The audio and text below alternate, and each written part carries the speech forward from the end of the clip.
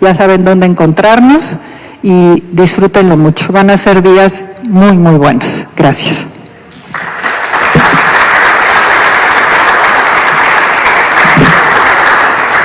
Pues buenas tardes a todos. En verdad no les puedo decir lo entusiasmada que estoy por venir a verlos, por venir a platicar con ustedes. Y también, pues antes de empezar, pues agradecer muchísimo de verdad a los organizadores de este evento, a la maestra Mariana, a la maestra Lluvianel, con quien he estado en contacto todos estos días. Pues estos espacios a mí me parecen que son fundamentales. ¿Y por qué la historia? ¿Por qué eso de 100 años o irnos un poquito más atrás? Pues miren, para mí es esto, son las manos de un platero, ¿verdad? De ahora estos son maestros de Taxco con los que estuvimos, por aquí anda Carlos, que estuvimos con él en un proyecto de hace algunos años, mostrando también la historia de la platería, de la joyería en nuestro país, pero también lo que nos interesa es justamente lo que está pasando actualmente y que ustedes conozcan su historia, porque si no conocen la historia es muy difícil que se entienda todo o el por qué ahora muchos de los problemas que tienen que enfrentar ustedes. Yo obviamente no soy experta en la parte contemporánea, pero trataré de hablarles un poco de sus antepasados, de sus abuelos, de quienes estuvieron antes que ustedes y de lo que vivían y de cómo trabajaban.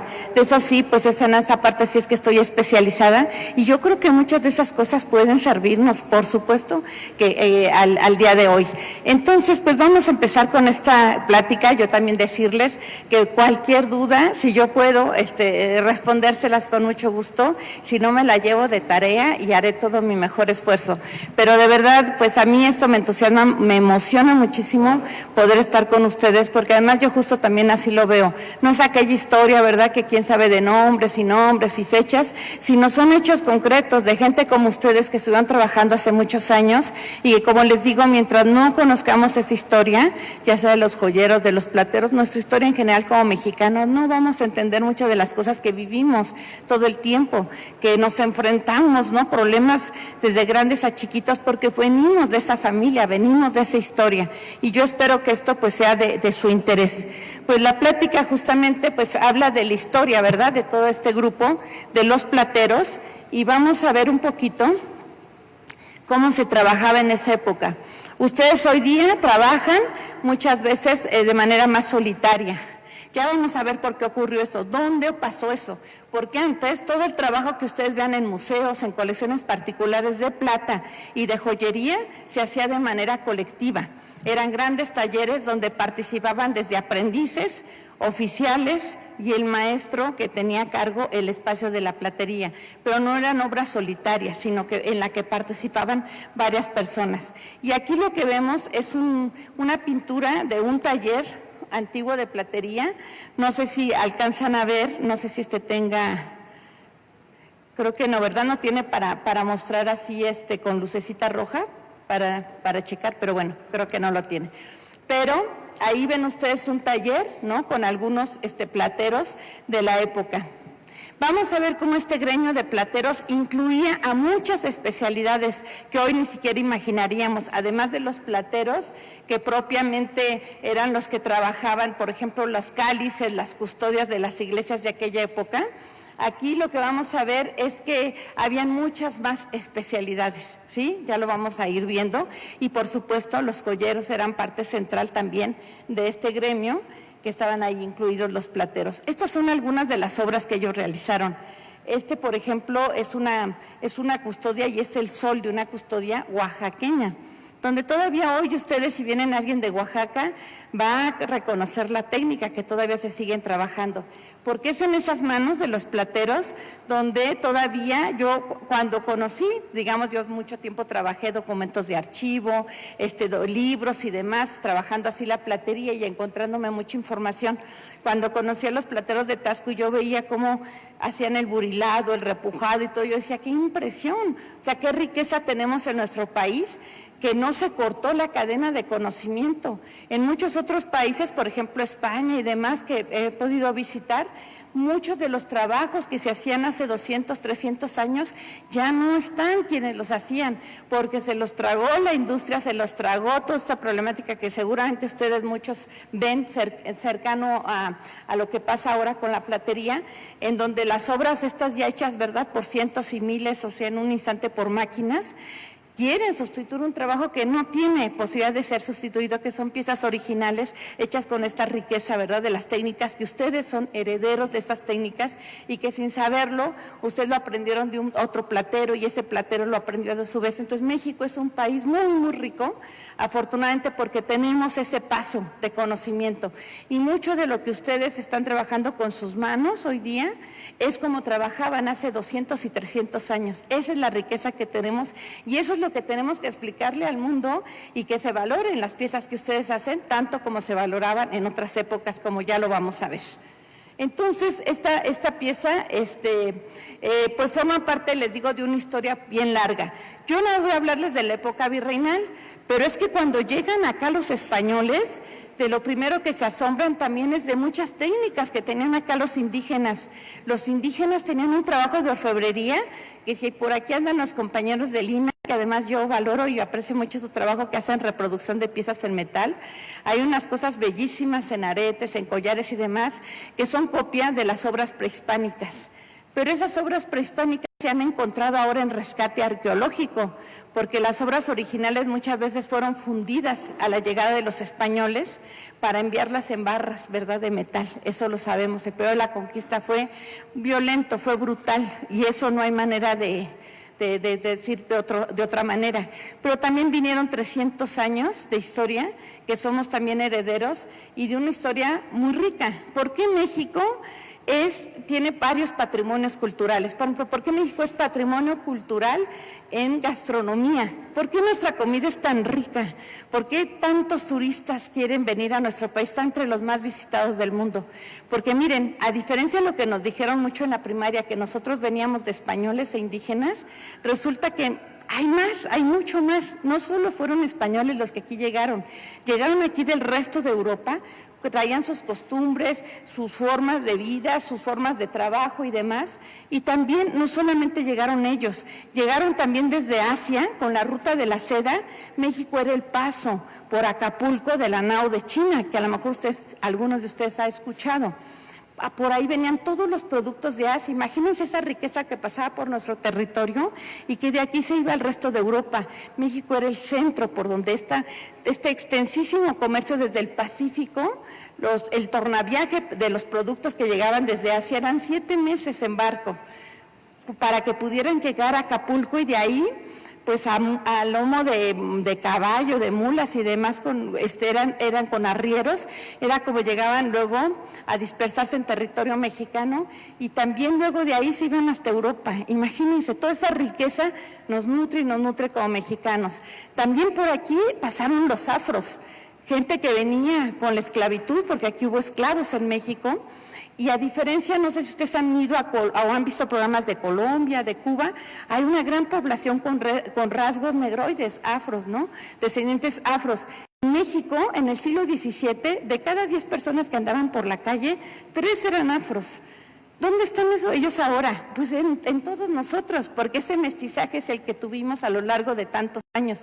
México es un país mestizo, no solamente por el tema de las personas, sino también en su comida, en la riqueza de sus tradiciones y demás, porque abrevamos, porque llegaron todas esas tradiciones. Y eso también se ve en la platería. En la platería hay presencia indígena, hay presencia europea, hay presencia también motivos asiáticos y también está siempre la presencia en muchas tradiciones y en nuestra sangre de toda esta población afro que llegó. Por eso México es tan rico en tradiciones, en culturas, porque nosotros, como decía Vasconcelos, ¿verdad?, somos la raza cósmica que llega a nosotros pensamientos, cultura, técnicas en este caso, de muchos otros países y además con un antecedente prehispánico muy importante, ¿no? Aquí no es que lleguen a una tierra inhóspita, aquí había una cultura muy importante, varios grupos indígenas muy importantes. Entonces, ¿Cuándo surge este gremio? Este gremio de los plateros, del cual los joyeros formaban parte súper importante. 1537. Imagínense ustedes que todavía están humeantes cañones, 1521, y en 1537 ya se está estableciendo el gremio de plateros. El gremio de plateros va a ser el más importante de todo el México virreinal. Es cierto que hoy todos los investigadores estudian la pintura, estudian la escultura, y la platería, hay pocos expertos de plata en México, por desgracia, son objetos que no se miran tanto, pero en esta época la plata era el gremio, los plateros era el gremio más importante que tenía la sociedad virreinal. Y por eso es que también todo lo que nos quedó, porque mucho es que hemos perdido a lo largo de los años y por guerra de independencia y que la revolución. Pero yo, cuando hacemos exposiciones de plata en diferentes museos, que los hemos hecho tanto en México como en otros países, y veo los trabajos de estos plateros ahí bajo, ¿verdad?, bajo capelos de vidrio y demás, siempre pienso, si ahorita viniera un platero del siglo XVIII, ¿qué nos diría? ¿Dónde están las lámparas de 3 metros que nosotros hicimos? Hicieron lámparas, imagínense, de diámetro de 3 metros, de plata, de plata. ¿Dónde están estos frontales de altar que nosotros trabajamos? ¿Dónde están? Pues justo, pues por ejemplo, en el siglo XIX, que si los conservadores, que si los liberales, hoy tocaban la iglesia de un bando y de otro y se llevaban la plata para fundirla y con eso costear los enfrentamientos y las guerras.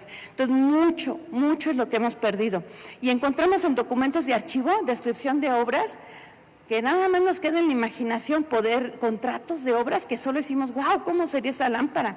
¿Cómo sería ese frontal de altar? ¡Qué increíble! Pero por desgracia han desaparecido. Entonces, como les digo, yo imagino a los grandes plateros de la época, que como ustedes ahora que son, que dijeran Rodallega, Martínez, todos ellos que dijeran, pero por favor, ¿dónde están las obras que hicimos? ¿Por qué les quedaron estas tan chiquitas, no? Bueno, aún así la riqueza de México es tan grande que se pudieron conservar estas obras. Hace algunos años hicimos una exposición en Viena, fíjense, en Austria, en el Kunsthistorisches Museum, el museo más importante de Viena. ¿Saben cómo se llamaba la exposición? Oro y plata de México. Y a mí me encargaron en el museo llevar esa colección, parte de la colección, porque nunca viaja toda junta, y fui como comisario.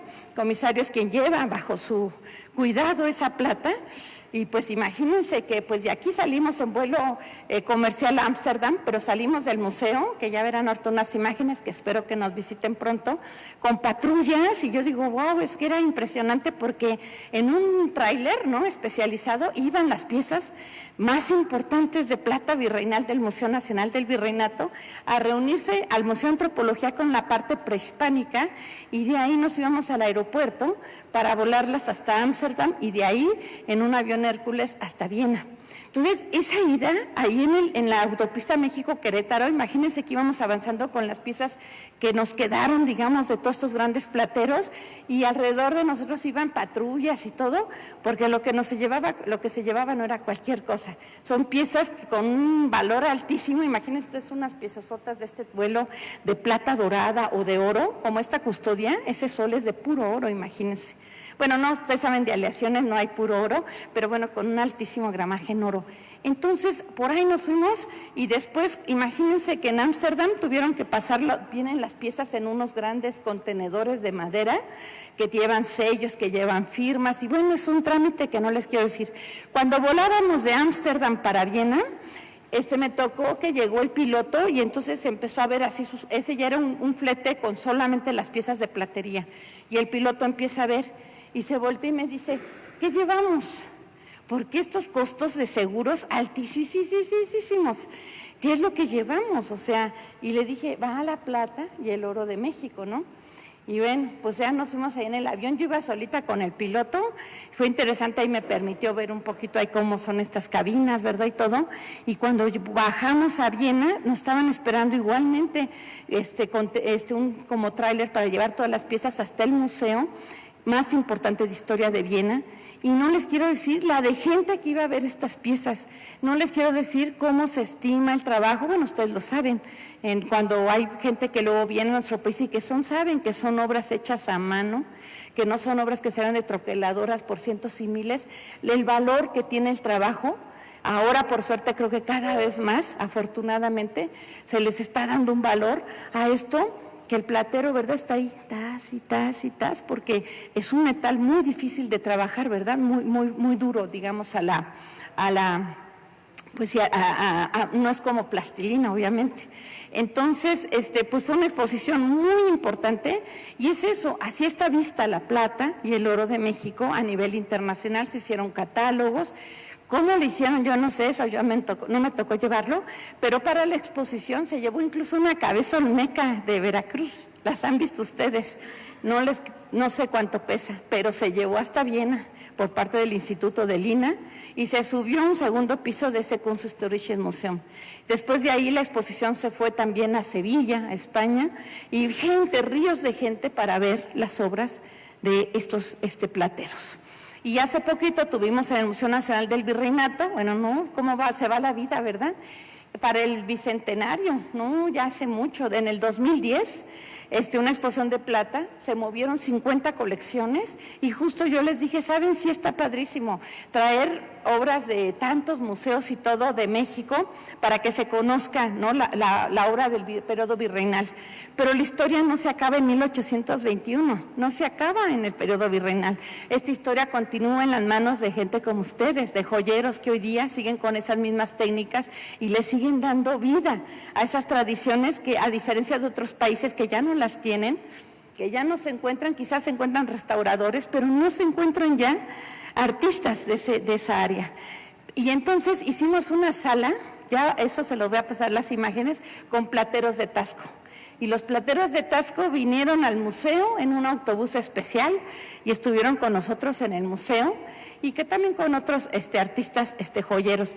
Pero esas son las cosas que a mí también me interesan mucho. O sea, la historia no es historia, así como, ay, ya pasó, ya a mí qué me importa. No, la historia vive, y vive en este caso gracias a ustedes. Y por eso les digo que estoy más que emocionada por verlos ustedes, ver sus manos, ver gente que todavía en su cabeza todavía conocen estas técnicas y no permiten que mueran. Y yo espero que esta época que vivimos, ya por fin se dé valor, ¿verdad?, a este trabajo tan importante que tenemos en todos ustedes, ¿no?, como joyeros, como plateros.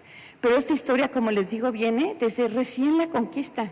Surge el gremio de plateros en 1537 y empiezan a trabajar. Están llegando muchos desde España y ya se está fundiendo, como les digo, como es nuestro patrimonio en México, con todas las técnicas indígenas, porque aquí estaban también grandes muy del México prehispánico. Vamos a ir viendo algunas obras. Por ejemplo, estos son relicarios que eran muy valorados en aquella época porque guardaban reliquias, y las reliquias era algo que había estado pues que era parte del cuerpo de alguna persona ejemplar o parte de su vestimenta. Y en este caso, miren, la primera santa americana, de toda América, la primera santa que nombraron es una limeña desde Perú, Santa Rosa de Lima, ¿verdad? Terciaria ella de la orden dominica. Y se supone que cuando muere todo mundo quiere tener algo de esa persona para poderle pedir, como ahora lo hacemos, para poderle rezar y demás. Y eso es un fragmento de dedo de Santa Rosa de Lima. Y todos estos relicarios los van ustedes a encontrar. Pero ¿dónde va a estar el dedo de Santa Rosa de Lima? ¿En una cajilla ahí de cartón? ¿En una caja de papel o qué? ¿En una bolsita? No, esto que era tan valorado por aquella sociedad tenía que estar en la plata, porque la plata, ustedes deben, tiene un valor muy relacionado a lo sagrado. Por ejemplo, se considera que el oro es incorruptible. Vamos a ver ya ahorita algunos cálices que por fuera son plata en su color, pero necesariamente donde estaba en contacto la sangre de Cristo o, por ejemplo, el cuerpo de Cristo, que son las hostias, tenía que tener un cubrimiento sí o sí de oro, ¿sí? Porque el oro se considera que es un metal incorruptible, y entonces los plateros tenían un gran trabajo para la iglesia. Y como ustedes saben, en esta época era una sociedad muy religiosa, ¿sí? Si ustedes caminan por el centro histórico, que hoy día, bueno, pues muchos extranjeros van y se fascinan, pues claro, la Ciudad de México era una ciudad importantísima. Nueva York no abría ni los ojos, Nueva York era nada, y esta Ciudad de México era la más importante de toda América. América en serio, porque el nombre nos lo han quitado, ¿verdad? El de América. No, América somos todos el continente. Y de América, la ciudad más importante para el siglo XVIII, pues nada, basta ver el Zócalo, ¿no? Falta ver pues que todavía sigue siendo muy atractivo el centro histórico. Es toda esta sociedad que está viviendo en esta época la que lo levanta, la que justamente gracias a ellos pues somos patrimonio cultural de la comida, la que cuántos turistas van a Morelia, a Querétaro, ¿no? A estas ciudades, a Zacatecas, porque pues son ciudades muy impactantes y esos son ellos los que están moviendo no solamente grandes edificios, sino también estas obras de plata. Y bueno, solamente que hubo un detalle. En 1526, el rey de España manda que se prohíban los trabajos de los plateros, porque lo que querían en ese momento es que todas las obras vinieran desde España. Pero lo que sabemos hoy día lo que sabemos es que eso no se prohibió, porque había plateros y afortunadamente como España quedaba bien retirada, mandaban decir cosas que también de hecho creo que ahora mismo seguimos teniendo luego esa herencia, y la gente no lo cumplía, porque pues era imposible desde España, imagínense, se hacían 3 meses de camino y todo, era muy difícil que las órdenes que daban desde allá acá se cumplieran.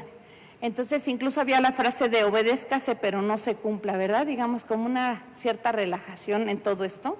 Y aquí siempre hubo plateros pese a las prohibiciones, los plateros siempre fueron muy importantes.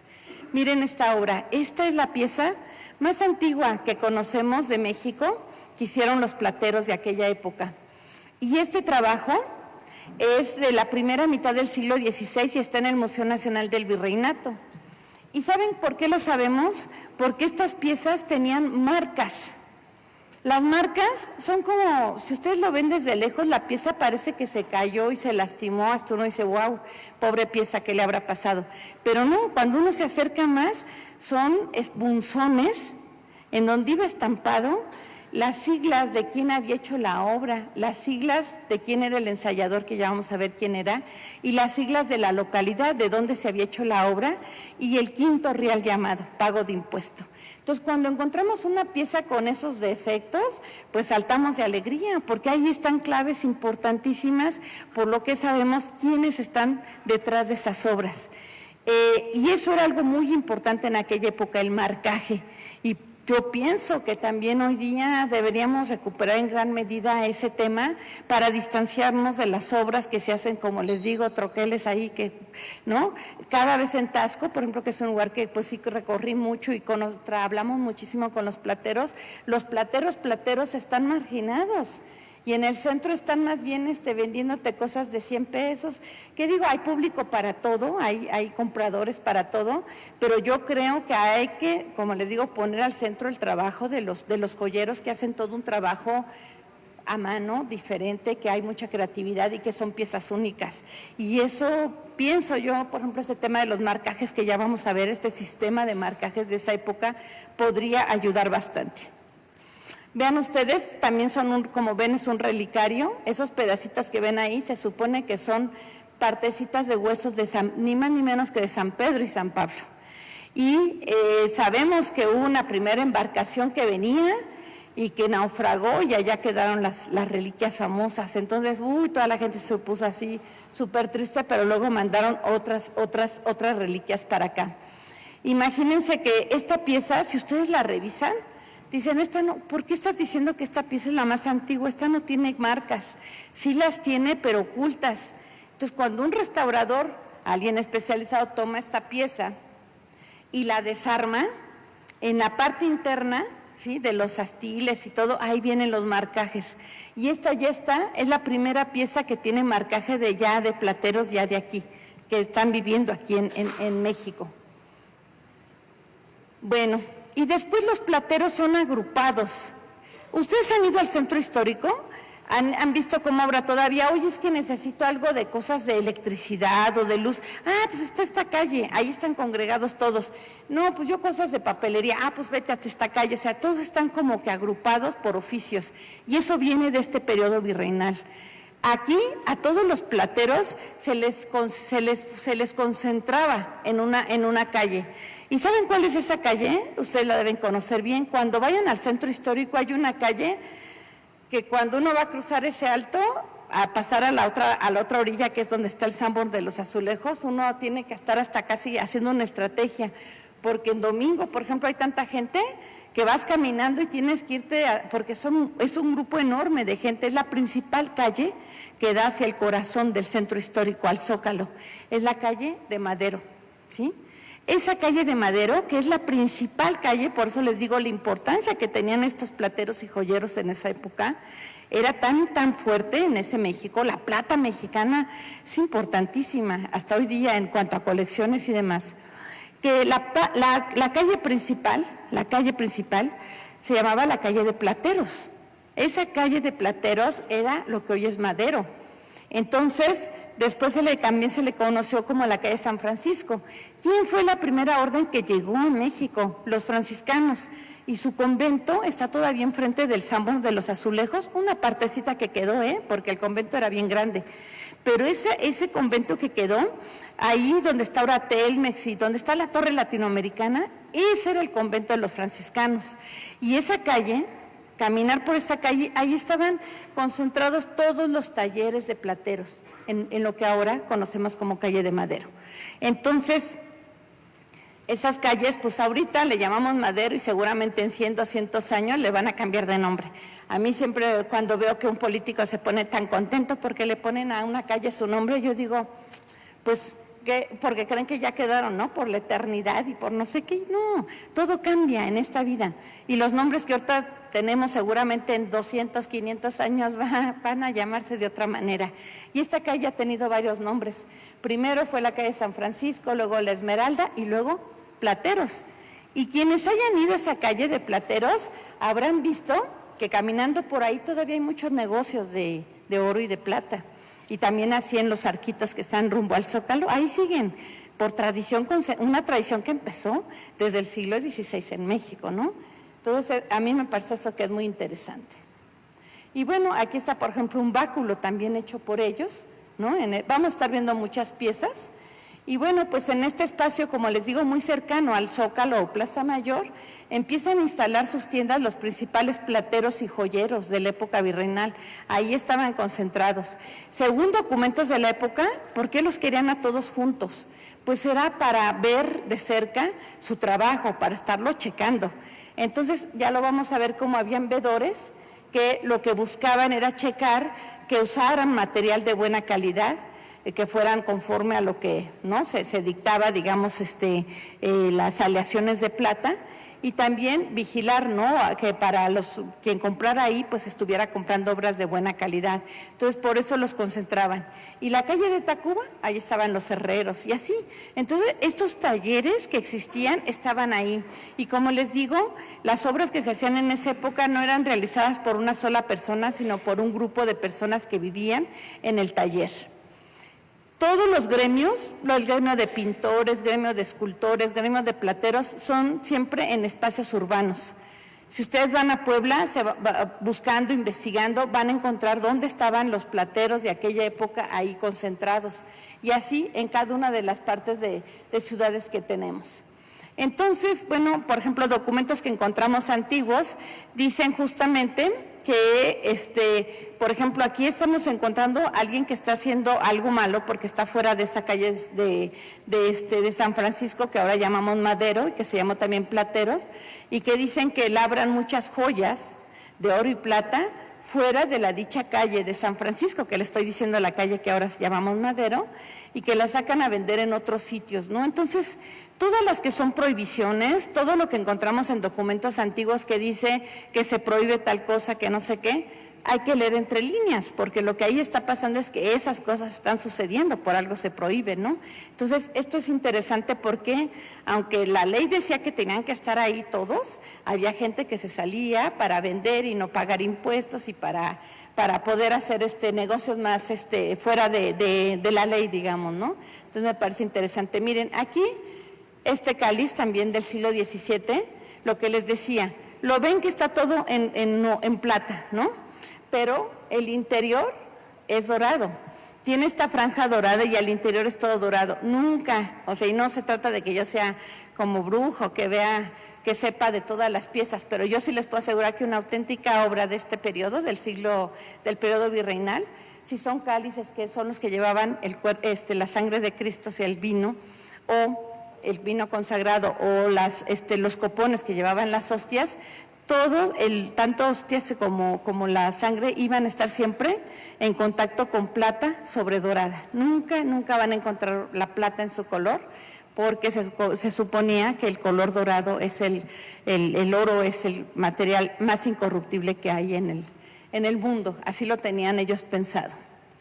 Y bueno, como les decía, hubo muchas prohibiciones para los plateros, pero pues estando tan lejos realmente de allá de los leyes y todo eso, y que creo que hoy todavía tenemos un poquito ese sesgo los mexicanos, un poco nos dicen las leyes, pero se nos quedó un poco la maña de 300 años de decir, bueno, sí dice eso la ley, pero yo voy por acá, ¿no?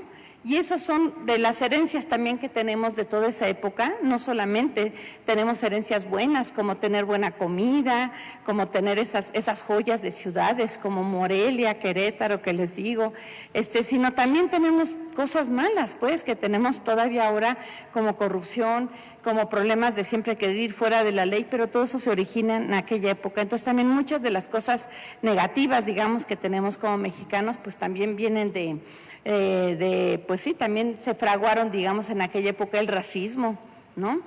México es un país racista, sí, claro, o sea, racista contra los morenos, racista contra todo este tema de castas, y todo eso se origina en aquella época. El clasismo, todo eso también viene de esa época, y por eso les digo que es interesante conocer nuestra historia. ¿Por qué pasan cosas hoy día que no pasan en otros países? ¿Por qué tenemos esa mentalidad? ¿Por qué esos anuncios, no?, con mujeres que parecen, no sé, de los países nórdicos o qué sé yo, cuando acá la mujer es distinta, ¿no? Todo eso son cosas que heredamos también tristemente, y también otras yo creo que pues muy buenas que tenemos que conservar, entre otras estas técnicas de platería que estamos hablando. Y bueno, aquí ven ustedes cómo hay muchos trabajos de platería, fundamentalmente piezas repujadas, ¿no? Piezas que están por ejemplo, este trabajo de esmaltados, o esto que son coral rojo, ¿no?, que está inserto en estas piezas, pues fueron obras de artistas de aquella época que hicieron estas maravillas de obras. Cuando ustedes están en una exposición internacional, que me han tocado pues piezas donde vienen a veces de Inglaterra, de Francia, de México, de Perú, de verdad, se los puedo decir, al momento que uno sopesa una obra, puede saber si es pieza de plata mexicana o plata peruana. ¿Por qué? Porque el grosor de la plata, era tan abundante la plata en nuestro país, en Perú también. Perú, dentro del territorio de Perú estaba lo que es Potosí, que todavía ahora tenemos esa frase, vale un Potosí, ¿no? Claro, era un lugar donde se sacó una gran cantidad de plata, y estaba eso en el virreinato peruano. Cuando ustedes están en una exposición de estas que les digo internacionales, y tocan una pieza o sopesan una pieza que viene de Francia, de estas épocas, o de Londres, es una pieza delgadita, poco pesada. Ustedes sopesan platería mexicana, y la lámina es muy gruesa. Por eso se dan esos repujados tan bonitos que ven en algunas obras, como esta, por ejemplo, en donde se hacen caritas de ángeles y demás, porque la plata es tan gruesa que permite el repujado hacerlo con gran profundidad, que hace contrastes de luces y sombras muy interesantes, porque no están trabajando con una laminilla, ¿no? Están trabajando con plata gruesa, y eso les permite dar mucha profundidad a muchas de estas obras, y es por eso muy característico. Y les digo, a la vista por el repujado, o pues, sopesando la pieza, se ve claramente si es pieza americana. Entonces, ¿cómo que esto que estaban los plateros y que también estaban los joyeros, o cómo estaba pensado el gremio en aquella época? Primero, es un tema colectivo. Ya lo vamos a ver, o sea, el gremio es el antecedente del sindicato. De hecho, en el museo nos visitan muchos sindicatos contemporáneos, porque esta cuestión de vamos a hacer valer nuestros derechos como grupo, eso lo traían de aquella época. El gremio era una corporación que buscaba por los intereses de todos los integrantes de un mismo oficio. Y si tú tenías un problema en tu taller, tú no ibas solito a pelearte ahí con las autoridades. tú tenías un gremio, que además este gremio era poderosísimo, ya les digo, el más importante de la Nueva España, y entonces ya no tenías tú que ir ahí en solitario cuando había un problema o una situación.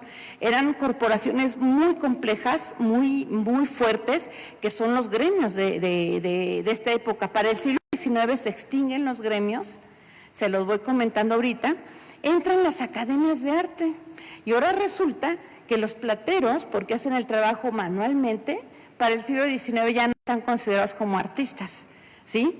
Para el siglo XIX, con esto de las academias, pues entonces ya la enseñanza no se da en los talleres gremiales como se dio durante siglos. Ahora los alumnos acuden así a academias, ¿no? Como ahora lo hacen los que quieren estudiar pintura o escultura, y la platería la dejan fuera. Y entonces solamente quedamos con pintura y con escultura, que es lo que estudian ahora muchos alumnos que van a academias de arte, ¿no? Y ahí es cuando la plata de pronto sale durísimo de la jugada, en el siglo XIX, cuando se extinguen los gremios y se crean las academias de arte, y entonces resulta que ahora ya no se considera arte la platería, sino solo la pintura y la escultura. Y ahí yo siento que fue el revés más fuerte que tuvo en la historia de nuestro país la plata, porque los gremios en el periodo virreinal era el gremio más poderoso. Estaba el gremio de pintores, claro, el gremio de escultores, estaban gremios de bordadores. Por cierto, los bordadores eran hombres, los que bordaban, también claro en los conventos y eso, pero eran hombres con unas cosas impresionantes. Y estos gremios existieron durante todo el periodo virreinal y, como les digo, se extinguen en el siglo XIX. Y de ahí encontraremos gran parte de los problemas que ahora enfrenta, yo creo que toda esta área de personas que trabajan plata. Bueno, ¿a quiénes no más eran plateros y joyeros los que tenía el gremio? Este gremio tan poderoso, no, estaban, cuando ustedes ven en los archivos dice el gremio de las tres nobles artes, estaban los plateros y los joyeros que trabajaban, repujaban, burelaban, cincelaban la plata y que también hacían esmaltes, incorporaban piedras preciosas y todo esto y hacían el trabajo de joyería. Pero también estaban los tiradores de oro y plata. Dice uno, ¿y esos qué? Eran importantísimos. Ahora no sabemos ni siquiera sus nombres, pero en el archivo ahí están sus actas, ahí están todos todo escrito quiénes eran ellos. Los tiradores de oro y plata, ¿saben quiénes eran? Hacían hilos. Todavía esas planchas las he visto en algunos talleres actuales, que va desde un hoyito así hasta uno más delgadito y hay una cuestión con que se va recuperando lo que va saliendo y se va pasando por los hoyitos hasta hacer los hilos del tamaño que uno quiere. Esos eran los tiradores, ¿perdón? ¿Cómo se llama? ¿Crepilado? Pues esos eran los tiradores de oro y plata, tan importantes como los joyeros o como los plateros. ¿Por qué eran tan importantes?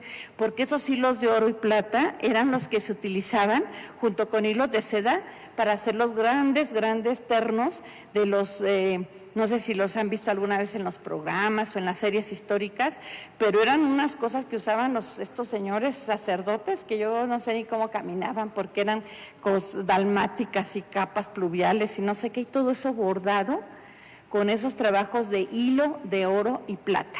Las monjas coronadas que mencionó la maestra que me hizo favor de presentarme, también llevaban esos bordados de plata en la vestimenta. Y eso lo hacían estos especialistas, tiradores de oro y plata. Y el tercer sector de estos grupos eran los batihojas. Y ustedes dicen, tampoco entiendo el término, o sea, no sé qué es eso. Los batihojas, un pedacitito de oro, lo batían así con unos como cueros y sacaban unas hojitas que hasta si le respiras, vuela así la hojita de oro y con esas se cubrían retablos, esculturas y demás. En el Museo Nacional del Virreinato, donde yo estoy trabajando, vean estos retablos, no son los retablos mejor conservados de toda América, ojalá que nos visiten, estamos aquí cerquita, no saben ahorita cómo nos fue de camino porque por el tráfico, pero estamos sin tráfico a 40 minutos en Tepoztlán, Estado de México.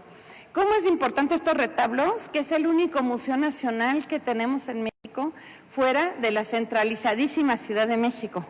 Porque es bellísimo el lugar, no solo a la iglesia, sino tiene todas sus dependencias antiguas, es bien bonito. Yo les voy a dejar ahorita mis tarjetas y si un día vienen de visita, yo con mucho gusto, me daría tanto gusto recibirlos de verdad. Y pues está aquí, miren, esa es la iglesia de Tepoztlán, es un pueblo mágico, patrimonio cultural de la humanidad. Y pues ahí están, todo esto que ven ustedes. Luego entran las personas, entran los niños y dicen, órale, todo es de oro, ¿no? Y no, es madera tallada, hecha por otro gremio, el de los escultores o talladores, que imagínense tallar en madera todo esto. O sea, esa calidad para cada hojita, no te podías pasar, porque si te pasabas con la gubia, ya el trabajo lo echabas a perder. Eran también grandes artistas y entonces lo hacían en madera de cedro. ¿Por qué? Porque la madera de cedro permite que los insectos no se metan, que se protejan. Y entonces esa madera es cubierta con la hojita dorada que hacían estos otros que llamamos batihojas. Entonces los batihojas que hacían esta hoja eran también muy importantes. Entonces eran las 3 especialidades: plateros, joyeros, una parte, los tiradores de oro y plata y los batihojas. Ellos conformaban el poderosísimo gremio de plateros de esa época. Y bueno, pues aquí verán también todos estos marcos dorados, también pues eran con las hojas de los batihojas. Y bueno, ya la vimos, y pues muchos de estos dorados eran de ellos, ¿no? Ay, perdonen, el tiempo, si me pueden decir, Juvenel, no quiero tomar tiempo de otra maestra y me falta, vámonos rápido, ya no tengo 10 minutos. Miren las cigarreras que hacían también los plateros de aquella época, pues hacían venían cronistas aquí, decían estos novohispanos, o sea, los que fueron nuestros tatarabuelos y demás, todos fuman. Estas las traían las mujeres así con una cadenita, también de plata colgada a la cintura, y fumaban desde los 13, 14 años. Las monjas fumaban en los conventos, se consumía mucho tabaco y chocolate. El chocolate también se tomaba muchísimo en esa sociedad. Y bueno, me voy rápido, perdónenme, pero miren, estos son los talleres. Bueno, un poco idealizados, uno de pintores, otro taller gremial, pero este era de justo los que trabajaban textiles, y como vimos el de plata. Nos queda por desgracia poco testimonio de esto, de cómo eran, pero sí que sabemos cómo eran estos talleres. Miren, en la base estaban los aprendices, después los oficiales y luego los maestros, y arriba las autoridades del gremio. Pero imagínense ustedes cómo es que aprendían estos niños. O sea, eran muchachos, o a veces hemos encontrado desde los 9 años, que se iban a vivir con el maestro platero, y el maestro por un contrato se comprometía a enseñarle todos los secretos del oficio. Y ahorita estuve en un concurso en Tasco para niños que estaban haciendo platería y no permitieron que pasara porque había unos términos legales que se consideraba que había explotación infantil. Y yo decía, ¿cómo cambiaron las cosas? Porque en aquella época los niños así aprendían. Y ustedes se imaginan, dormían y se levantaban en el taller de plateros, ahí vivían con el maestro platero, que bueno, además de enseñarles religión y hacer cosas de la época, les enseñaba, y todos los documentos dicen los secretos del oficio. Y a cambio el niño tenía que ayudar en lo que el maestro quisiera. Pero no es que iban de 8 a 2 de la tarde, esos niños estaban en el taller, respiraban el taller, entonces por eso es que también, híjole, se iban pero fuertísimo como aprendices. Después ya que manejaban el oficio pasaban a ser oficiales. Los oficiales ya tenían otro rango, tenían un salario, y ya también ellos usaban una ropa distintiva. Y después estaba el maestro del taller. Ese maestro del taller era el que organizaba, el que coordinaba todo, ¿verdad? Ahí en este grupo, y eran pues los que hacían los contratos y demás. Y arriba estaba lo que era la coordinación de todo el gremio de plateros. Tenían veedores, alcaldes, tesoreros. Por ejemplo, los más viejos, no es que ya se jubilaran y ya ni quien los pele, para nada. Los más viejitos eran parte importantísima de los maestros, porque ellos ya habían pasado por muchas, habían estado en un montón de problemáticas y demás. Si surgió un problema de todos los maestros, de todo ese gremio, de todo ese corporativo, eran ellos los asesores principales. Ellos decían, recuerdo este problema, nos sucedió hace como 40 años y lo manejamos de tal o cual forma. Entonces no se desperdiciaba nada en estas organizaciones corporativas y estaban muy bien organizadas. Y después también estaban los vedores que iban a ver cómo trabajaban los compañeros, eran plateros de gran renombre. Yo he trabajado a varios en archivos y estas personas te podían cerrar tu taller por no andar haciendo las cosas como se habían acordado, por así decirlo. Miren, yo esta presentación se la di a Lluvianel. No me va a dar tiempo porque por más que hablo, pues está el tema amplio, pero ojalá que se las puedan pasar y pues ustedes después si gustan la pueden leer con más calma. Yo ya me voy a tener que ir más rápido, pero les decía, entonces, ¿cómo es que era este aprendizaje? Pues era en el taller y con los niños y después oficiales y después el maestro dirigiendo. ¿Cualquiera podía ser maestro? Aunque tuviera mucho dinero, no, porque el maestro pasaba por exámenes muy fuertes y tenía que demostrar conocimientos teóricos y prácticos. Entonces, una estructura, como les digo, compleja, pero que hacían que si tú te enfrentabas o si tú conocías a un maestro de platería, tú sabías que para empezar ese había sido desde aprendiz, después había pasado a ser oficial, después ya podía ser maestro. Y bueno, pues sí, también tenía el dinero para abrir pues sí, su propio taller, ¿no? Todo esto pues son documentos que he encontrado en archivo y que ojalá que se los puedan pasar a ustedes, ¿no? Después los pueden leer con calma, porque ahí viene mucho de la información de cómo estaban ellos organizados. Y bueno, estas autoridades, como les digo, pues eran también sumamente importantes dentro del gremio. Pero vean los trabajos que están haciendo siglo XVI. Algo que me interesa decirles rapidísimo es que ahora yo creo que en su mente está por hacer diseños exclusivos, diferentes, ¿verdad?, a los de los demás plateros o joyeros.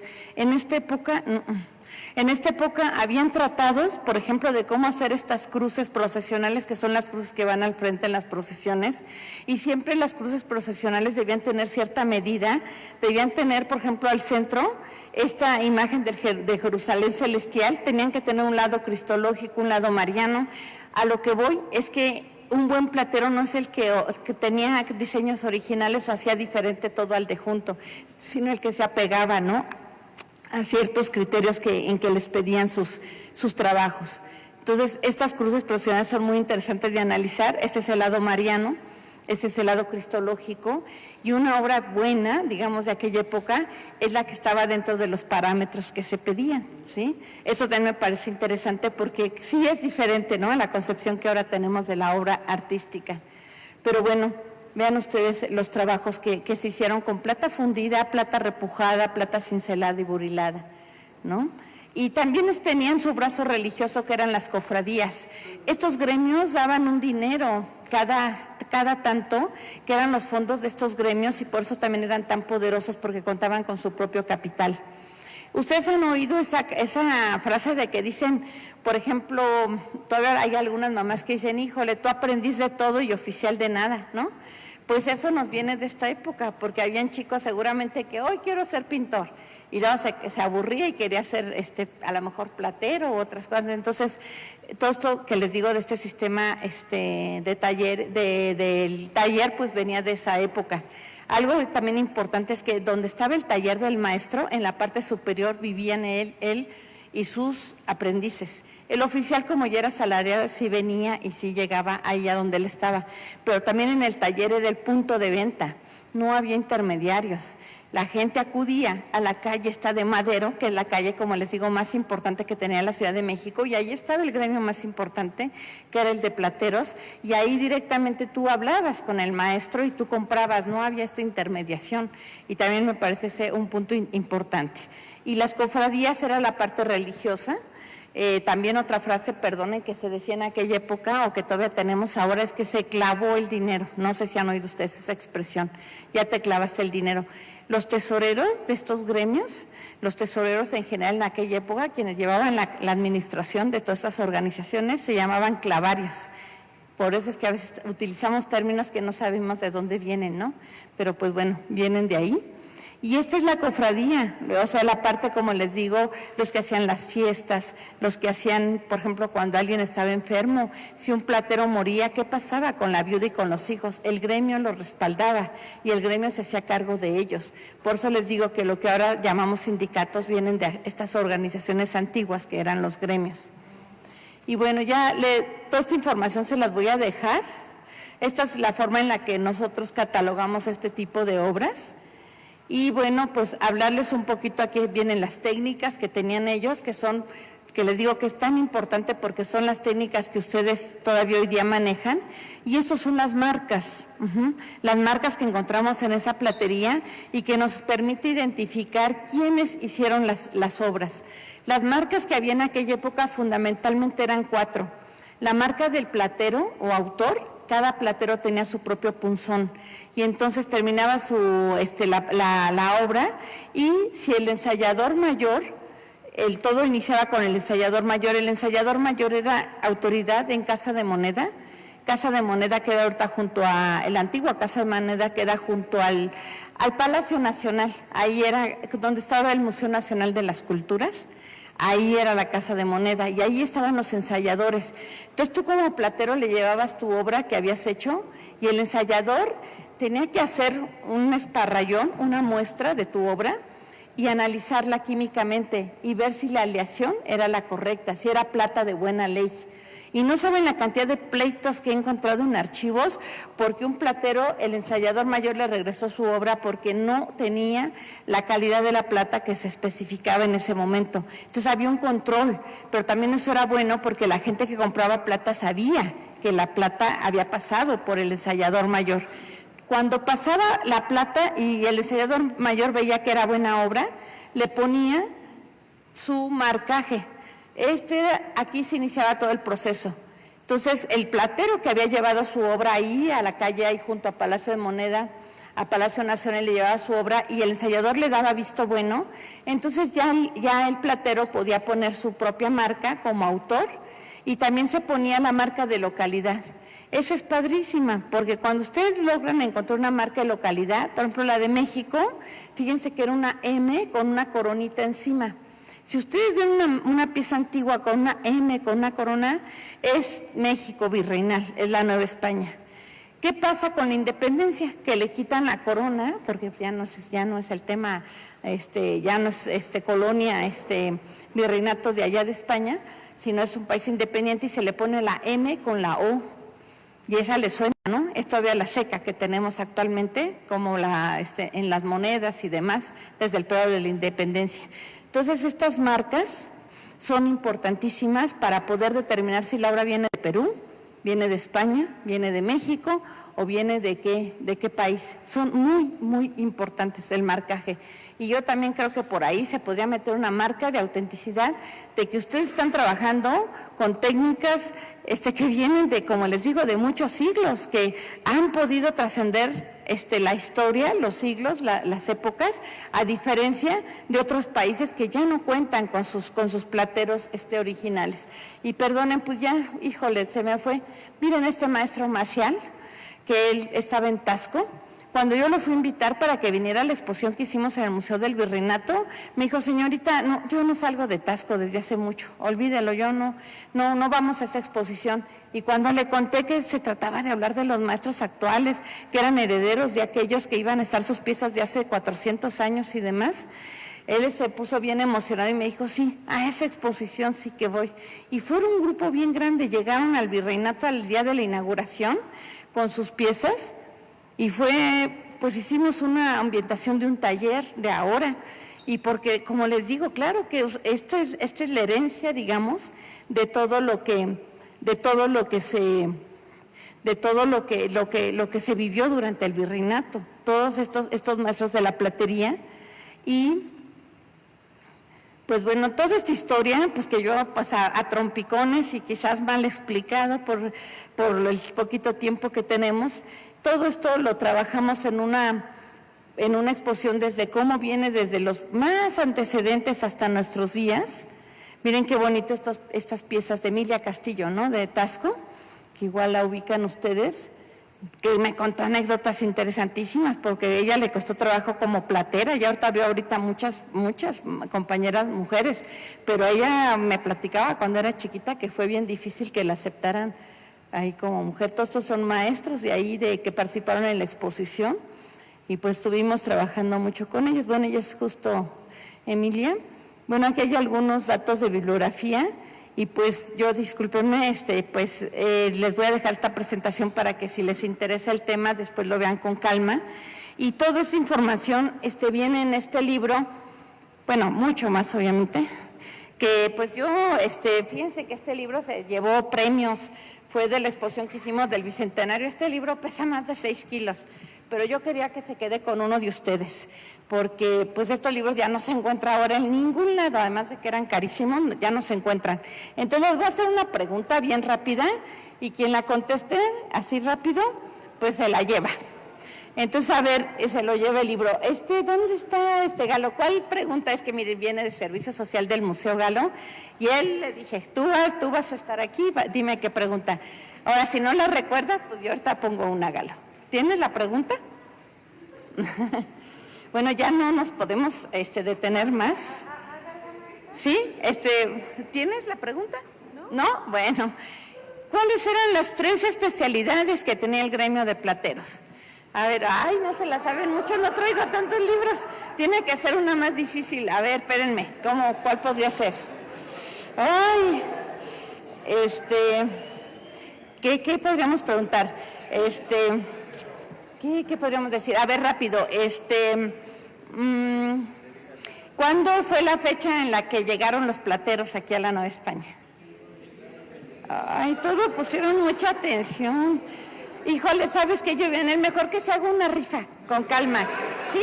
¿Les parece? Porque todos pusieron atención. Yo dije, no.